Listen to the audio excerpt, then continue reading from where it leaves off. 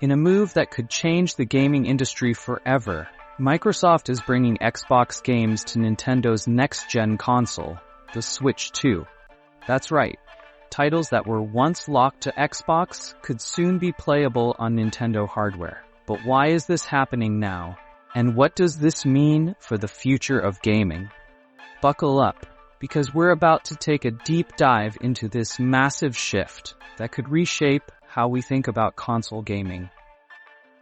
To truly understand why this is such a big deal, we have to go back in time.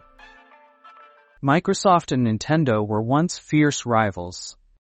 When Microsoft entered the gaming industry in 2001 with the first Xbox, they weren't just looking to compete, they were coming for the crown. Back then, Nintendo was dominating the handheld market with the Game Boy Advance, while Microsoft was trying to carve out its place in the home console space. Their business philosophies were miles apart.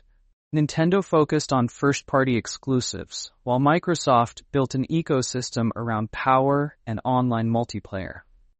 Over the years, the competition between the two only grew stronger.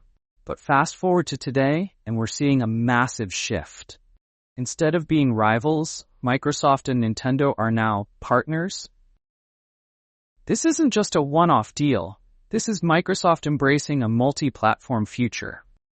While we don't have the full list yet, multiple sources and insiders claim that these titles could be among the first to hit the Nintendo Switch.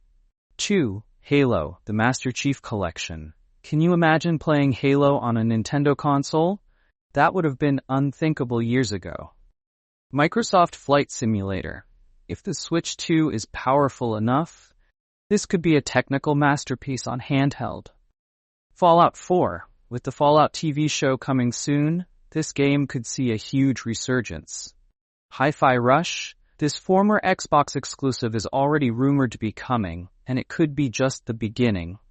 Other franchises like Doom, Gears of War, and even Fable could be on the table. And let's not forget the biggest game changer of them all, Game Pass on Switch 2. Microsoft's long-term goal has been to turn Game Pass into the Netflix of gaming. But what if they expanded beyond Xbox and PC? What if Nintendo players could subscribe to Game Pass and play dozens of Xbox games on the Switch too? This wouldn't just benefit Microsoft, it would be a goldmine for Nintendo as well. The Switch 2 would instantly have a much bigger library, filled with top-tier games, making it an even bigger threat to PlayStation. Of course, there are technical hurdles. Game Pass relies on cloud gaming for many of its titles, and the Switch 2 would need a strong online infrastructure to make this work. But if Nintendo and Microsoft can figure it out, this could completely change the way we play games. Now, you might be wondering, why would Microsoft, one of the biggest players in the console space, suddenly start sharing its games with Nintendo? The answer? Strategy. Right now, PlayStation dominates in terms of hardware sales.